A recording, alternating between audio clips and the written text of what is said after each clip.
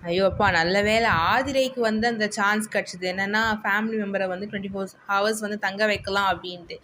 ஏன்னா வந்து எனக்கு பார்வதிக்கு எங்க கெடச்சிடுமோ, பார்வதி இல்ல கமருதீனுக்கு எங்க கெடச்சிடுமோ அப்டின்னு நான் வந்து பயந்துன்னு இருந்தேன். ஏன்னா, பார்வதிக்கு என்ன அப்டின்னா, கமருதீன் அண்ட் பார்வதியோட ரிலேஷன்ஷிப் பத்தி வெளில எப்படி பேசுறாங்க?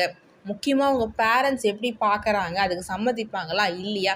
அதுதான் அவங்களுக்கு மெயின் கோலா இருக்கு. ஓகேங்களா? தெரிஞ்சுக்கணும் அப்டின்ட்டு. அவங்க தெரிஞ்சுக்கணும்னு நினைக்கிறதெல்லாம் சரி தான். இப்போ 24 ஹவர்ஸ் இருந்தாங்கன்னா, நான் யோசிச்சு பாருங்க.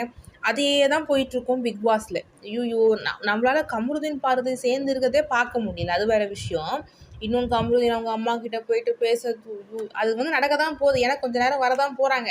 பட் அது வந்து 24 ஹவர்ஸும் காட்டணும் அப்படின்னா, ரொம்ப வந்து என்ன சொல்றது, ஓவரா இருக்கும் என்ன பொறுத்த வரைக்கும். அதே மாதிரி பார்வதி இன்னொரு பாயிண்ட் சொன்னாங்க பார்த்தீங்களா, எங்கள் அம்மா வந்து வயசானவங்க. ஸோ வந்து நான் வந்து அவங்களுக்கு பண்ணணும்னு ஆசைப்பட்றேன். இங்கே இருந்தால் அவங்க சந்தோஷப்படுவாங்க. அந்த பாயிண்ட் நான் வந்து அக்செப்ட் பண்ணிக்கிறேன். ஓகேவா? அது ஓகே. நல்ல பாயிண்ட்டு.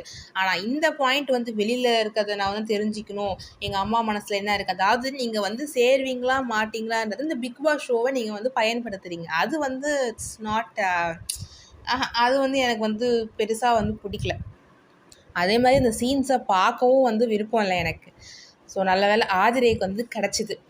ஓகே கைஸ், உங்கள் கருத்துக்களை கமெண்ட் செக்ஷனில் ஷேர் பண்ணுங்கள். நீங்கள் எந்த கண்டஸ்டண்ட்டோட ஃபேமிலி மெம்பர்ஸ் 24 ஹவர்ஸ் வந்து இருந்தால் நல்லாயிருக்கும் அப்படின்னு நினச்சிங்களோ அவங்கள கமெண்ட் செக்ஷனில் ஷேர்